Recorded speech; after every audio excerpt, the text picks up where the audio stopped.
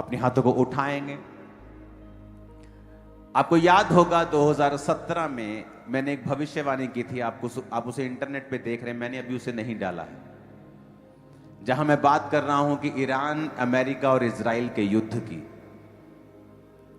2017 में जब बैठकर जीवन दिया गल्ला दूरदर्शन के लिए जब प्रोग्राम किया जाता था, आप उसे इंटरनेट पे देख सकते हैं, तो मैंने कहा था कि ईरान, इजराइल और अमेरिका ये युद्ध करेंगे और उसके बाद जो फाइनेंशियल कंडीशन है वो कभी भी सेम नहीं रहेगी दुनिया की। और ये बात मैं आपको कब से बता रहा हूं, फ्यूचर में मैंने आपको ये बताया हुआ है कि फूड जो होगा, जो खाना होगा, वो चंद कंपनियों के अधिकार में होगा। आप उसे रोक नहीं पाएंगे, आपकी प्रार्थनाएं भी उसे रोक नहीं पाएंगे, क्योंकि ये निर्धारित हो चुका है। और जो मैंने भविष्यवाणी की है ये अभी पूरी नहीं हुई, ये उसकी शुरुआत है। परमेश्वर आपको उसका टेस्ट दिखा रहा है कि जब दुनिया बदलने लगती है, सेकंड्स लगते हैं उसे, और जब दुनिया की रियलिटी में बदलाव की शुरुआत होगी वो परमाणु युद्ध के बाद होगी।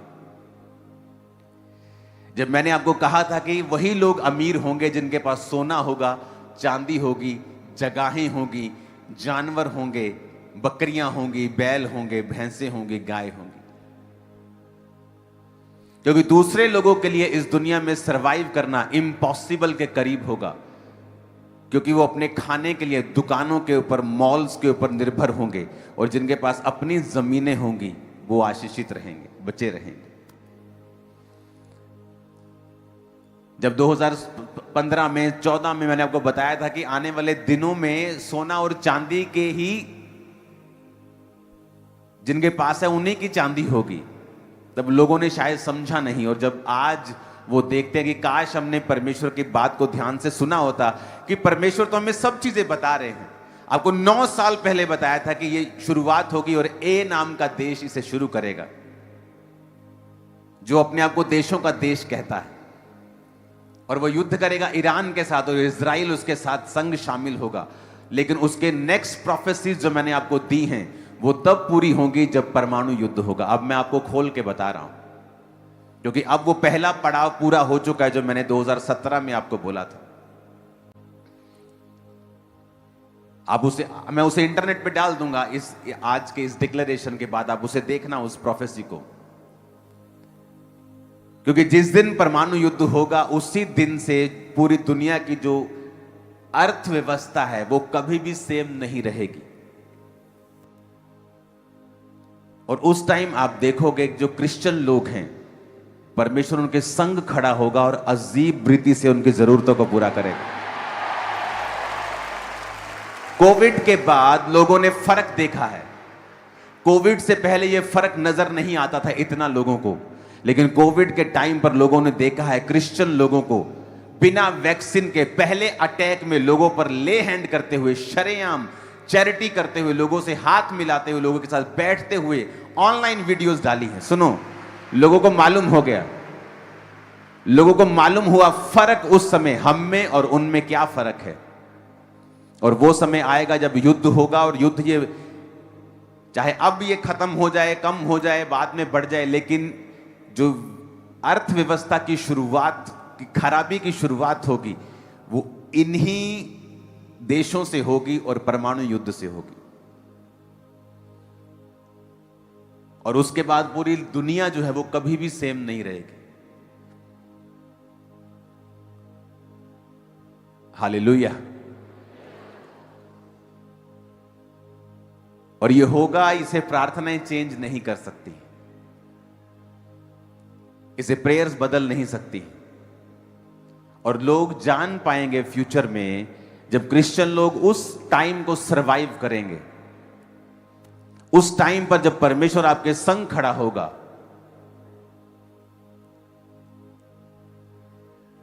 और जो परमेश्वर के पवित्र लोग हैं, जो परमेश्वर के सेवक लोग हैं, आपको और शाइन करते हुए दुनिया में उनकी शाइन होगी। मैं आपको बता रहा हूं। और वर्ल्ड उनको रिकॉग्नाइज करेगा कि हां ये सच में परमेश्वर इनके संग है। हालेलुया। ये जो विरोध छोटा मोटा आप देखते हो, ये विरोध थोड़ी है, ये तो आपको ऊपर ले जाने की परमेश्वर की प्लानिंग है। ये विरोध नहीं है, इसे विरोध मत समझो, ये तो ब्लेसिंग है आपके लिए। लेकिन कठिन समय आ रहे हैं। कलीसिया को ये बात मैं 2000 जब 15 16 से 14 से बताता आ रहा था, ये आपको तैयारी करनी है। उसके बाद कोविड आया, फाइनेंशियल कंडीशन सेम नहीं रही लोगों की। उसके बाद फिर मैं आपको बता रहा हूं, आपको ऐसा सिस्टम बनाओ कि आपके पास जो नेचर है उससे जुड़ने का कुछ ना कुछ आपके पास साधन हो। सेविंग करो, कुछ करो।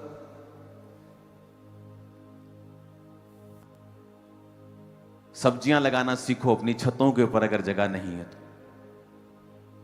मैं आपको सच कह रहा हूं, आप फ्यूचर में आपको मालूम होगा कि मैं ये क्यों कह रहा हूं आपको। चीजें सेम नहीं होंगी पूरे वर्ल्ड में, और हमें प्रार्थनाओं में रहना है, और परमेश्वर हमारे साथ है, यह गारंटी है। हालेलुया।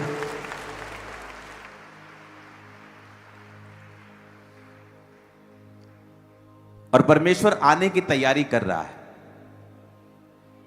मैं आपको बता रहा हूं, वेरी सून, बहुत जल्दी।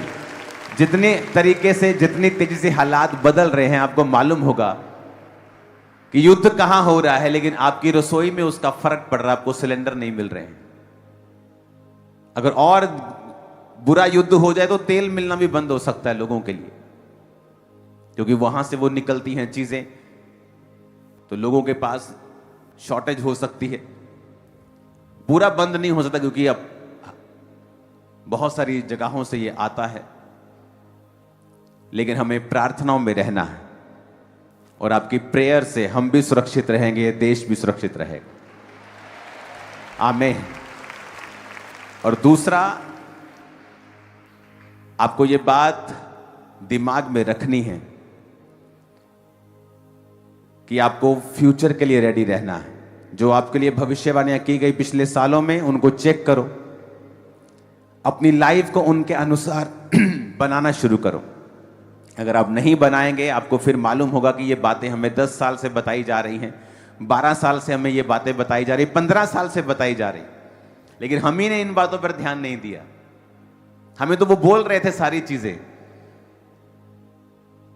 हालेलुया। मेरा बिलीव है कि आज जो वर्ड आप सुनेंगे, ये आपकी हेल्प करेगा आपको इस्टेब्लिश करने के लिए। अपने हाथों को उठाओ, अपने घुटनों के भार आके परमेश्वर से कहो, आज का वचन मेरे लिए हो, ये मुझे बदले, मेरी अगुवाई करे। मैं अपना ध्यान इन वचनों के ऊपर लगाता हूं, ये मेरे मुंह से निकला करेंगे, इन जीसस नेम। यशाया 54 उसकी 14 आयत को मैं पढ़ूंगा, और मैं इस आयत को इब्रानी भाषा में भी निकालूंगा, ताकि मैं इसे आपके साथ आपको समझा सकूं। अपने हाथों को उठाओ, कहो, जो वचन आज मैं सुनने वाला हूं, मैं वायदा करता हूं, मैं इसे सुनाऊंगा दूसरों को भी, यीशु मसीह के नाम में। लिखा, in righteousness shall thou be established, तू धार्मिकता के द्वारा स्थिर होगी। अपने पड़ोसी को बोलो, धार्मिकता के द्वारा तू स्थिर होगा। इब्रानी भाषा का 6666वां शब्द जो धार्मिकता के लिए इस्तेमाल किया गया है, उसका मतलब है तसेदाक। तसेदाक का मतलब है राइचियसनेस, राइटनेस, रेक्टिट्यूड।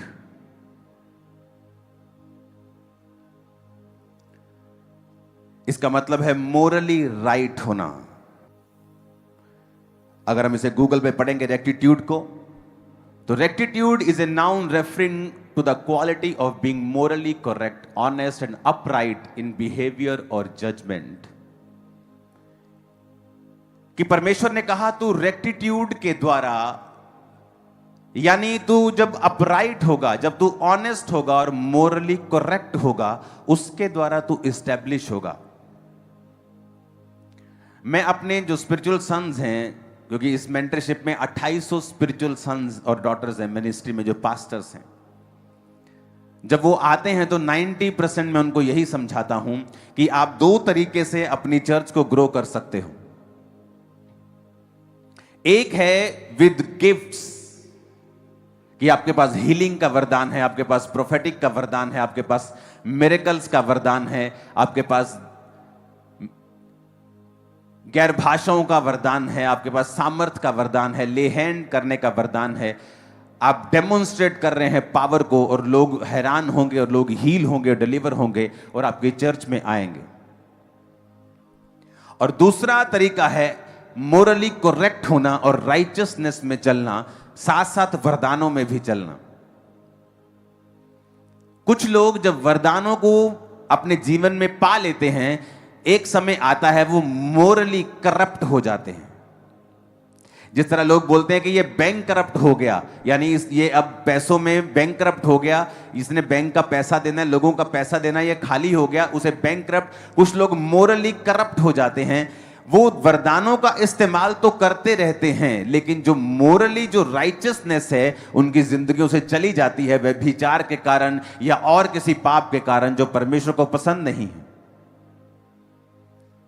तो उनकी चर्च तो बढ़ती रहती है, उनकी लाइफ में ब्लेसिंग तो आती है, क्योंकि वरदान जो है वो आशीषों को लेके आते हैं। पर बाइबल कहती है वरदान आपको इस्टेब्लिश नहीं करते। ये लोग, ये सेवकाइयां थोड़े सालों की होती हैं और उसके बाद फिर आपको वो नजर नहीं आती हैं। क्योंकि अगर आपको इस्टेब्लिश्ड होना है, अपने पड़ोसी को बोलो इस्टेब्लिश्ड होना है, स्थिर होना है।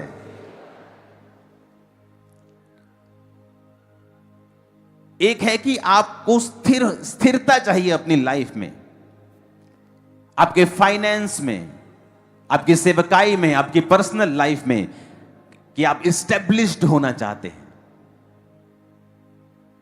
उन देशों के मैं नाम नहीं लेना चाहता हूं, जब उन देशों में हम जाते हैं तो मैं अपनी वाइफ से एक बात बोलता हूं कि यहां ठीक है सब कुछ है, लेकिन यहां पर इस्टेब्लिशमेंट की फील नहीं आती है।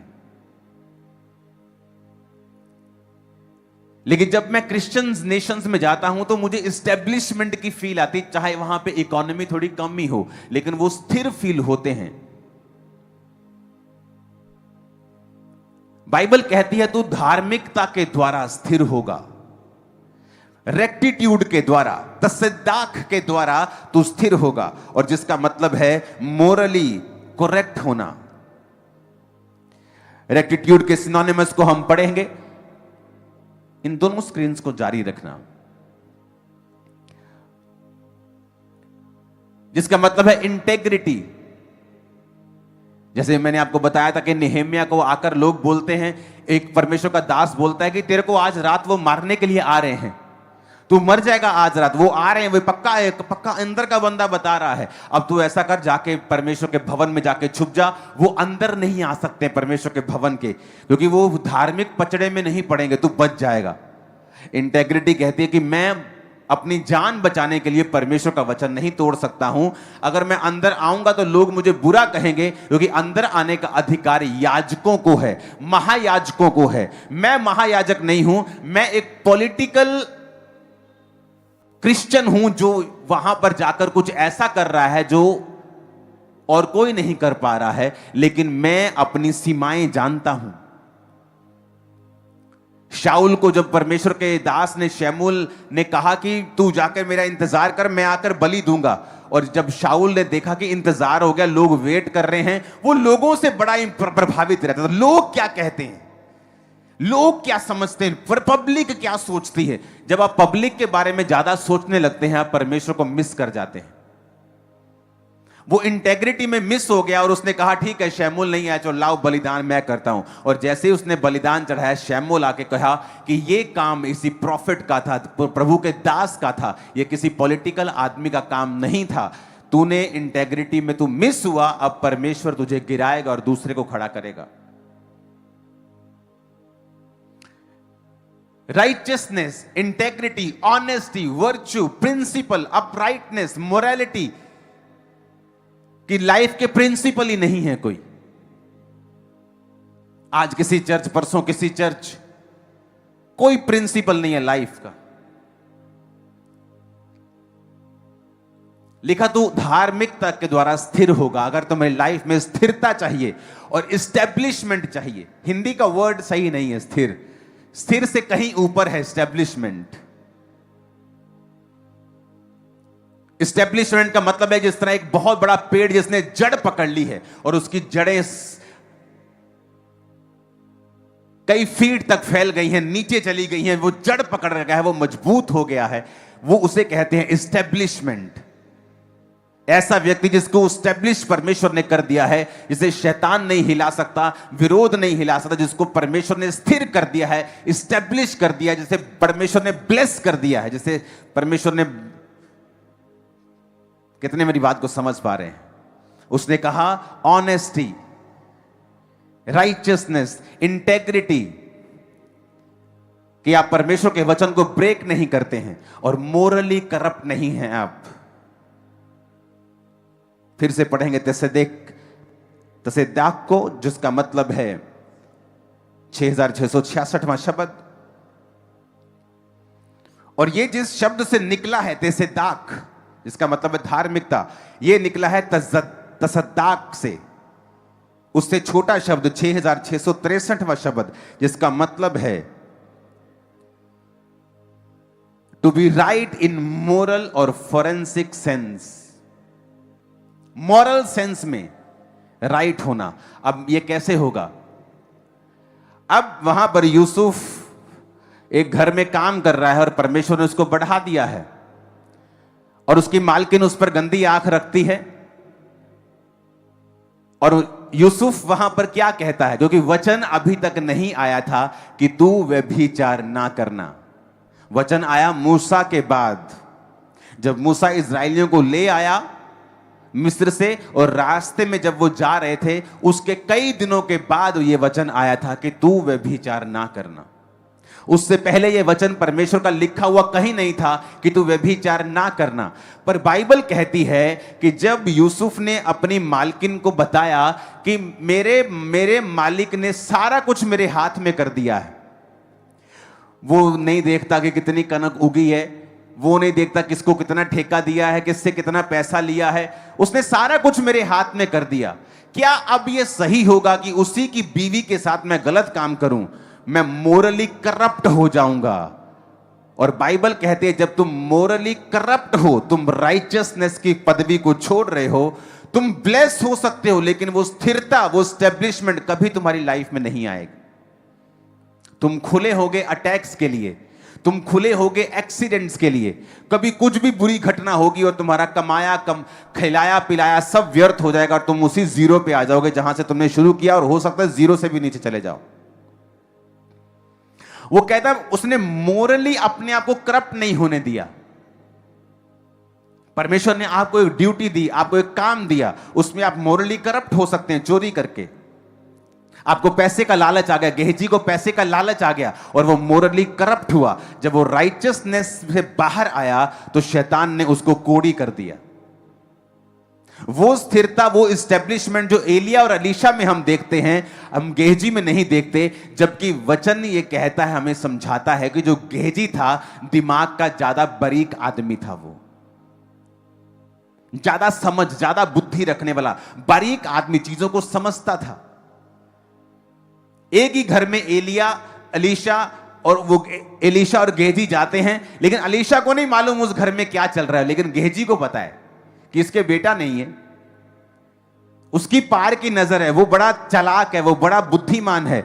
लेकिन जब आप मोरली करप्ट हो जाते हैं, जब आप करेक्टर में करप्ट हो जाते हैं और गिर जाते हैं, वही आपकी बुद्धिमानी आपके खिलाफ काम करने लगती है और आप वही करने लगते हैं जो आपको गिराएगा, जो आपको शर्मिंदा करेगा, जो आपको नीचे करेगा, जो आपको ऊपर नहीं रखेगा।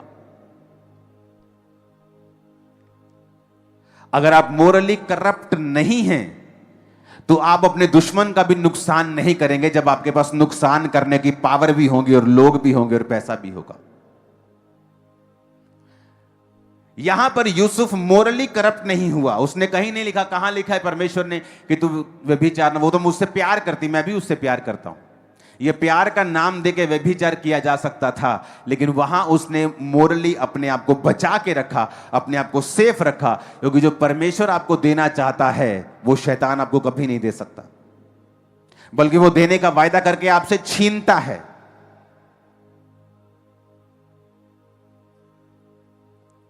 हालेलुया।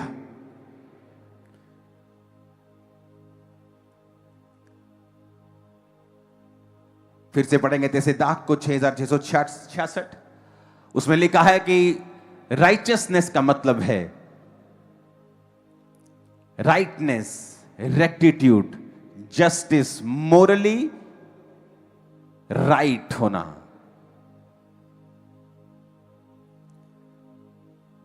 उसने कहा तू धार्मिकता के द्वारा स्थिर रहेगी। अपने पड़ोसी को बोलो, तू धार्मिकता के द्वारा स्थिर रहेगी। फिर से कहो अपने पड़ोसी को, आमीन। फिर लिखा तू अंधेर से बचेगी। अपने पड़ोसी को बोलो, तू अंधेर से बचेगा।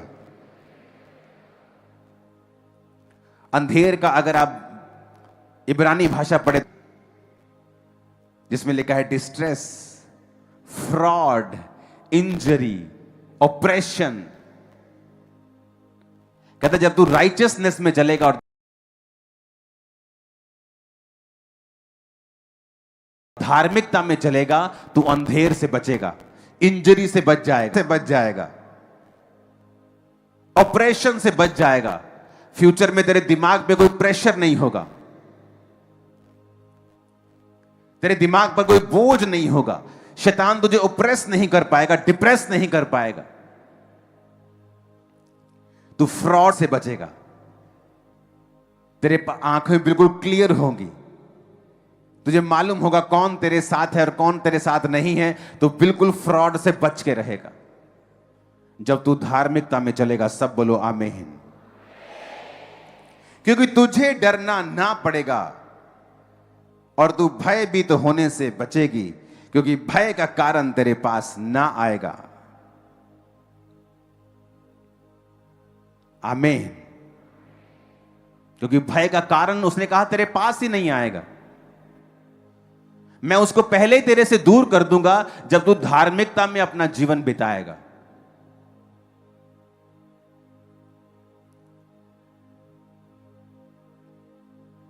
हालेलुया। आप देखो आपके लाइफ के स्टेप कैसे हैं। क्या वो आपको मोरली आप करप्ट तो नहीं हो रहे हैं उन चीजों को करके? क्योंकि अगर आप मोरली करप्ट होते हैं तो आप ये बैंकरप्ट से भी बुरी सिचुएशन में फंस चुके हैं। किसी के पैसे के ऊपर निगाह रखनी, किसी की तबाही के बारे में सोचना, किसी को डाउन करने के बारे में सोचना, आप ऑलरेडी मोरली करप्ट हो चुके हैं। जब आप मोरली करप्ट हो गए, आप राइचियसनेस से जब बाहर आ गए, तो वचन कहता है कि तू स्थिर कभी नहीं होगा, इस्टेब्लिश नहीं होगा। डर के कारण तेरे पास आते जाएंगे बार बार, तू भयभीत होता रहेगा, भय का कारण तेरे पास आएगा, तू डरता रहेगा, तेरे पे अंधेर होता रहेगा। तक का होता रहेगा पंजाबी च जब तक के तो बचना है शैतान दे, तो लिखा तू धार्मिकता दे अनुसार अपनी जिंदगी ਨੂੰ बिता। धार्मिकता का मतलब है राइट स्टैंडिंग विद गॉड, ये खुदा के साथ सही खड़े होना। जो खुदा का वचन कहता है उसे वैसा ही कंप्लीट करना, उसमें अपनी कुछ कारीगिरी करने की कोशिश ना करना। ये कहां लिखा है वचन में? ये नहीं करना। कुछ चीजें वचन में नहीं लिखी हैं, कहां लिखा है वचन में सिगरेट नहीं पीना है? नहीं लिखा वचन में। नए नए नशे आ जा रहे हैं, कहां लिखा वचन में उनको नहीं पीना है? लेकिन हमें वो आत्मा से पता है, मोरली पता है, विवेक कॉन्शियस में हमें पता है।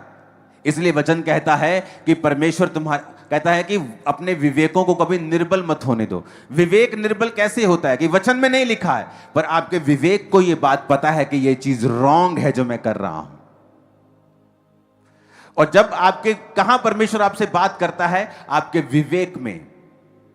आपके विवेक, आपके इनर मैन से वो बात करता है। जब आपका इनर मैन निर्बल हो जाता है एक पाप के बार बार करने के द्वारा या ढीठ होने के द्वारा, आपको पता है कि ये करेक्ट नहीं है, आप कुछ भी बेच रहे हैं ऐसा गलत, आप कुछ भी गलत कर रहे हैं, आप कुछ चोरी कर रहे हैं, आपको पता है ये गलत है, लेकिन उस पाप में बने रहने के कारण आपका विवेक निर्बल हो जाता है और एक दिन मर जाता है। और जब परमेश्वर वहां बात करता है, आपको समझ नहीं आती, आपको सुनता नहीं, और जब परमेश्वर के साथ कनेक्शन कट हो जाता है, आप उसी दिशा में जाने लगते हैं जहां शैतान चाहता है। और वो दिशाएं फिर डिस्ट्रक्शन को, अंधेर, बीमारियां, भय, ऑपरेशन, डिप्रेशन, फिर वो वहां आता है।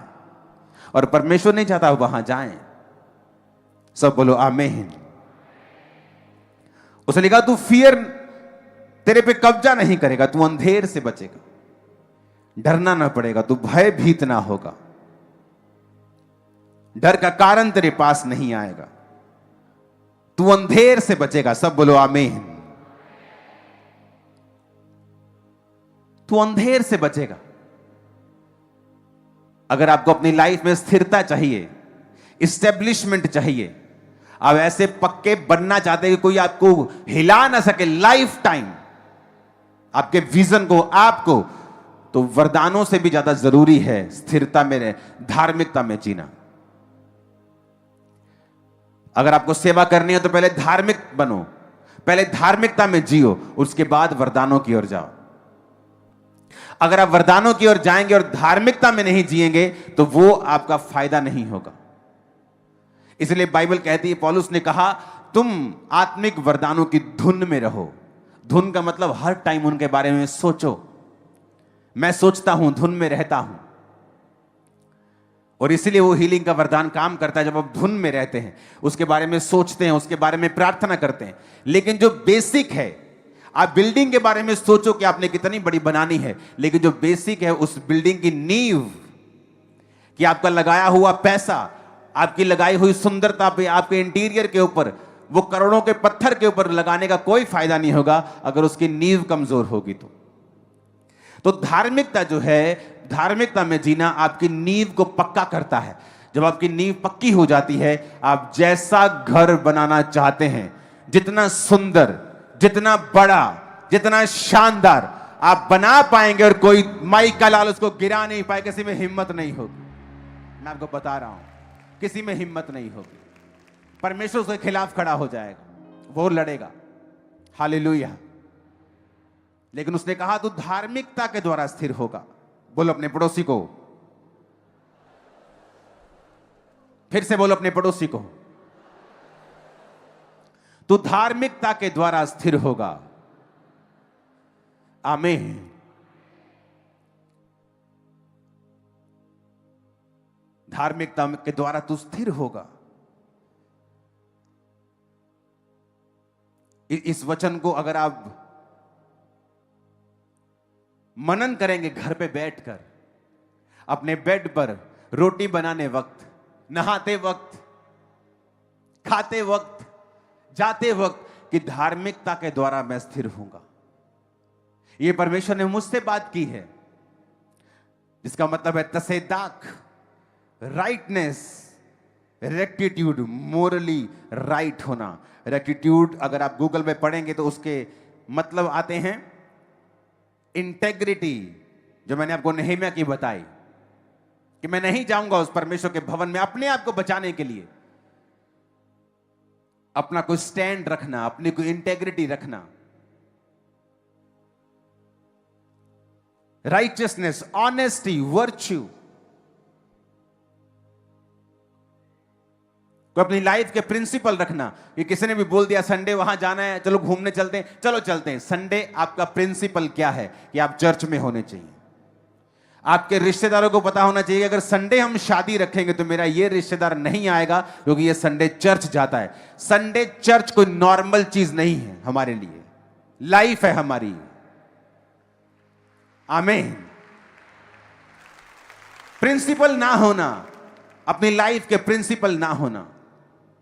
हमारी हमारी फैमिली का प्रिंसिपल बन गया आप कि जैसे ही 8 बजते हम किसी भी काम को कर रहे हो, चाहे मिनिस्ट्री कर रहे हैं, चाहे हम कुछ गीत कर रहे हैं, चाहे हम कुछ कर रहे हैं, काम कर रहे हैं, 8 बजे हम सब घूम जाते हैं अपने बेड की तरफ, अपने रूम्स की तरफ, प्रार्थना के रूम्स की तरफ। चलो प्रार्थना करते हैं, 8 बज गए, मिस नहीं करना है।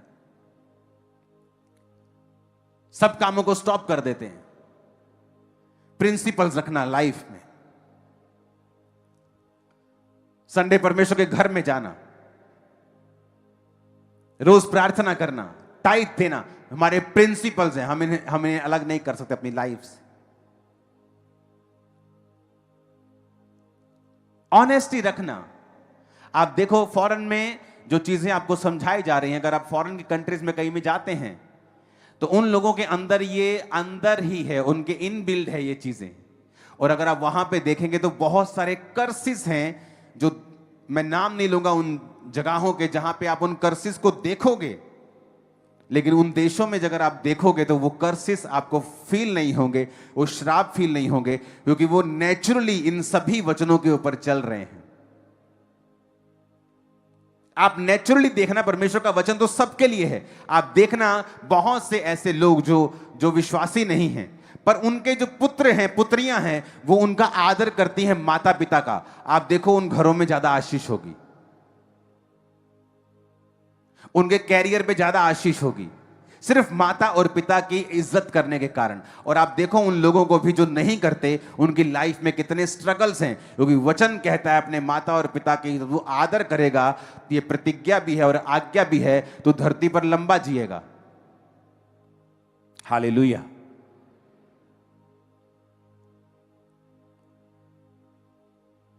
अपने पड़ोसी को बोलो राइचियसनेस में, धार्मिकता में जीना है, ऑनेस्टी में जीना है। आमीन। क्या आप इतने ऑनेस्ट है कि रास्ते पे आपको एक मोबाइल फोन मिल जाए और आप उसको जेब में ना डाले, बल्कि ये ढूंढे कि ये किसका है? आपको रास्ते में बैग मिल जाए पैसे से भरा हुआ, आप ढूंढे कि ये किसका है, ना कि वो आपका है। ऐसा करके देखो, मैंने करके देखा है। यहोवा ने 100 गुना दिया है वापस। उसने कहा अगर तू स्टेब्लिश होना चाहता है, यहां अमीरी की आशीष की बात नहीं हो रही है। आपका वरदान आपको अमीर कर सकता है, आपको मशहूर कर सकता है, आपको नंबर 1 कर सकता है, लेकिन आपको स्टेब्लिश करने के लिए धार्मिकता की जरूरत पड़ेगी। तो अच्छा है कि आप रहें वरदानों के पीछे और खूब उसे इस्तेमाल करें, लेकिन आप धार्मिकता के बारे में रखें कि वो आपकी नींव है, आपकी फैमिली की नींव। अपने बच्चों को उसके बारे में सिखाएं। हर छोटी छोटी बात में वो सिद्ध होती है। धार्मिकता कोई बड़ी चीजों से शुरू नहीं होती, छोटी छोटी बातों से वो मालूम होती है। आप झूठ बोलते हैं, आप मोरली करप्ट हैं, चाहे वो किसी भी फायदे के लिए क्यों नहीं किया गया, किसी भी चीज के लिए क्यों नहीं किया गया, चाहे फाइनेंशियल बेनिफिट लेने के लिए किया गया हो, आप मोरली राइट नहीं हैं। आप जो मर्जी कर लो। और ये छोटी छोटी चीजें नहीं होती, परमेश्वर इन्हीं से जज करता है कि मैं इस आदमी को कितना दूर लेके जा सकता हूं। हम एक पहाड़ में एक जगह घूम रहे थे, तो वहां किसी का, मैं बेंच पे बैठा, तो किसी का आईफोन पड़ा था।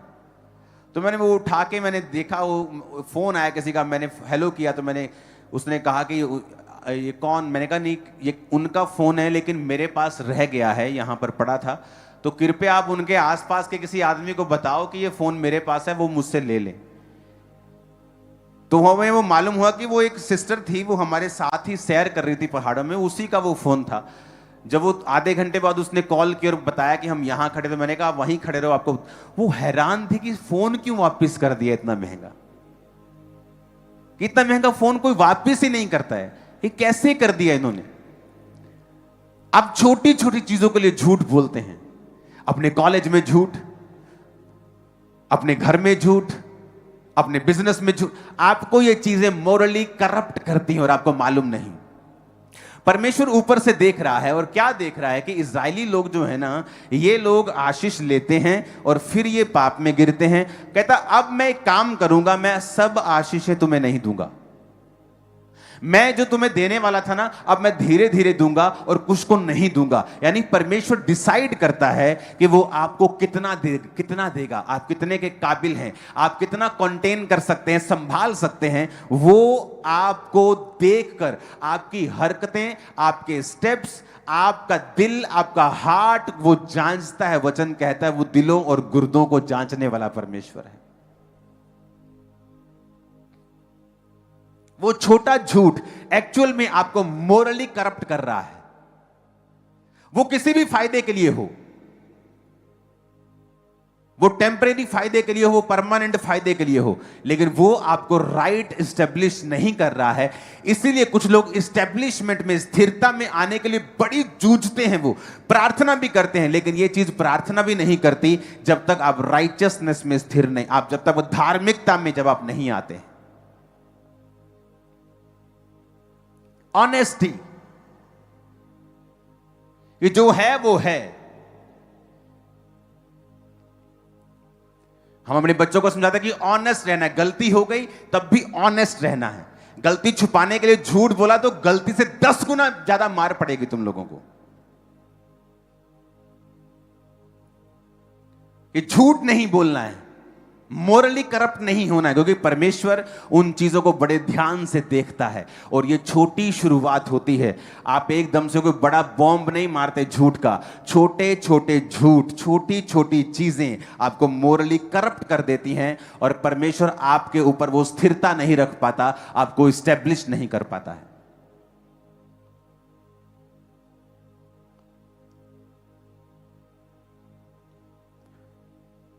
जब दाऊद के भाई चराने के लिए जाते थे या यूसुफ के भाई भेड़ बकरी को चराने के लिए जाते होंगे तो क्या झूठ बोल रहे हो, कितना झूठ बोलते हैं। यही बस ज्यादा कि भेड़ मर गई है, भेड़ खाने के बाद बोल दिया भेड़ मर गई है। कितना है, 2-3 हजार रुपए, 10,000 रुपए, क्या होता है, कुछ नहीं। लेकिन परमेश्वर उसे वैसा नहीं लेता जैसा हम लेते हैं।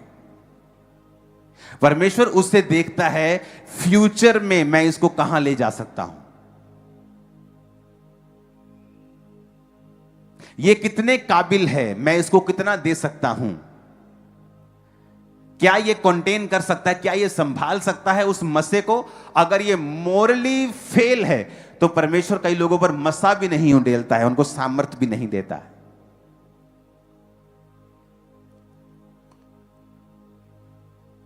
उसने कहा, फिर से पढ़ेंगे, तू धार्मिकता के द्वारा स्थिर होगी।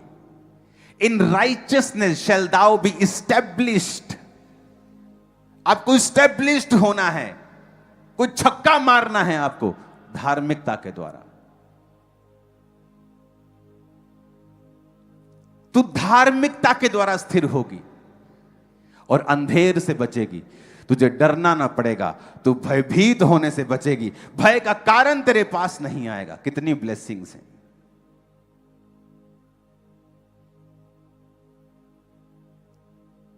हम काम पे काम कर रहे, लोग बोलते ओ पापा जी क्या हुआ वहां पे, और मैंने कहा कुछ नहीं हुआ, मजे करो, क्योंकि भय का कारण मेरे पास नहीं आ सकता है, वो आपके पास भी नहीं आ सकता। आमीन। आप देखना, डर तब ज्यादा लगता है जब आप धार्मिकता से बाहर होते हैं, और जब आप धार्मिकता में जीने लगते हैं डर आपकी लाइफ से खत्म होता है। आप ये नहीं कि आप बिल्कुल निडर हो, परमेश्वर के जैसे हो जाते हैं, लेकिन आप वैसे नहीं होते जैसे लोग होते हैं। मोरली करप्ट होना छोटी छोटी चीजों में, छोटा झूठ, छोटी कारीगरी, छोटा सा करप्शन, छोटा सा वो पैसे का हेर फेर, वो दिमाग में सोच रहे नहीं मैंने तो ऐसे किया, नहीं मेरा तो ये, अगर मेरा अपना कुछ है, वो सब चीजें परमेश्वर देखता है और वो आपको उस हिसाब से जांचता है। हालेलुया। मेरे पास कम हो ज्यादा हो, लेकिन मैं बिजली चोरी नहीं कर सकता हूं, ये मुझे मोरली करप्ट करता है। कम हो ज्यादा हो, मैं किसी का पैसा नहीं रख सकता हूं, किसी को यूज नहीं कर सकता हूं अपने फायदे के लिए। ये मोरली आपको करप्ट करता है। फिर से पढ़ेंगे उस वचन को, इब्रानी भाषा का 6666वां शब्द, जिसका मतलब है तसेदाक, जिसका मतलब है मोरली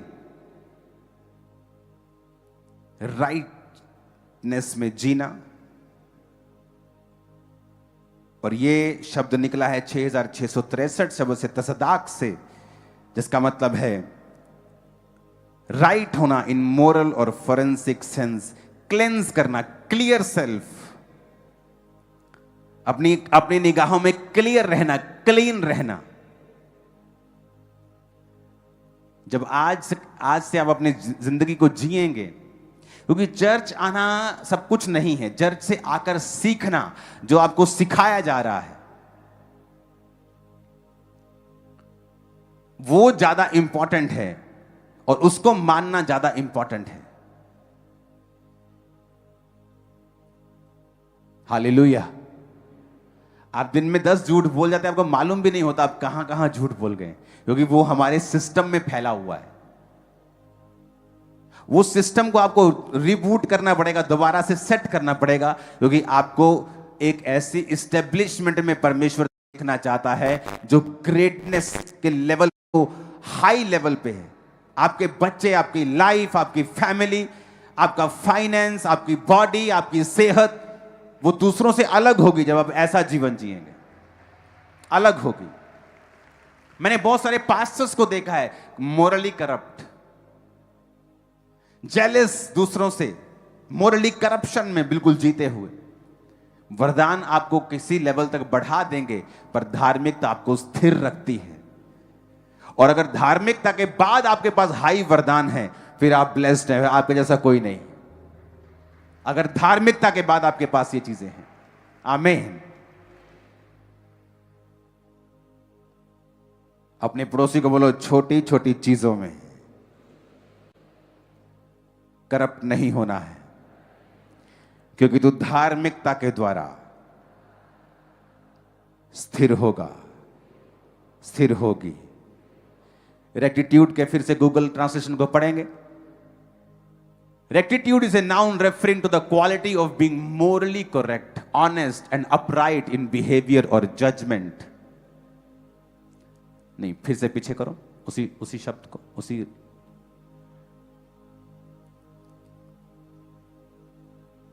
कहता है ये हाई मॉरल प्रिंसिपल को स्ट्रिक्टली अप्लाई होने देता, strictly high moral principles and integrity, high बंदे का मोरल हाई, मॉरली ये हाई लेवल के ऊपर है। छोटा सा भी करप्शन बर्दाश्त नहीं, छोटा सा भी झूठ बर्दाश्त नहीं।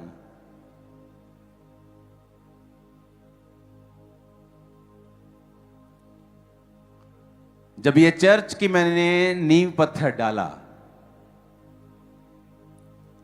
शायद आपको मालूम नहीं होगा, तो इस शहर का जो मेयर थे वो मेरा रिश्तेदार थे, करीब के रिश्तेदार, मेरी चाची के भाई हैं वो, जलंधर शहर के। सब लोग मुझे जानते हैं, पॉलिटिशियंस जानते हैं, सब लोग जानते हैं। लेकिन जिस दिन ये भवन बना, ये जगह भी खामरा गांव कारपोरेशन के अंडर नहीं था, लेकिन इस भवन की एक एक इंच और एक एक नुक्कड़ मैंने लॉ के हिसाब से बनाई थी। तब भी एक एक चीज, उसके दरवाजों की विड्थ कितनी होनी चाहिए, उसकी हाइट कितनी होनी चाहिए, उसका आसपास क्या होना चाहिए, एक एक सिंगल चीज। वो लोग बोलते हैं आपको क्या जरूरत है, आपका अपना परिवार का बंदा वहां बैठा है जहां लोग सलूट मारते हैं सबको, आप सबको जानते, कोई आपके पास नहीं। मैं कोई मेरे पास आए या ना आए, मुझे जो लैंड का लॉ है उसमें चलना है, दैट्स इट। और जो शहर का लॉ था उसके हिसाब से भवन बना हुआ है, आज भी कंप्लीट हो जाएगा जल्दी। ऑफिस की ओपनिंग कर रहे हैं हम कुछ ही दिनों के अंदर। हालेलुया। आपको आपको ये चीजें मैंने देखी हैं, मोस्टली लोगों में नहीं है करप्शन, मोरली करप्शन है लोगों में, और यही से परमेश्वर चुनता है, ये डिसाइड करता है किसको कहां लेके जाना है, कौन कितने काबिल है, किसको कितना बढ़ाया जा सकता है, किसको कितना रखा जा सकता है। हालेलुया।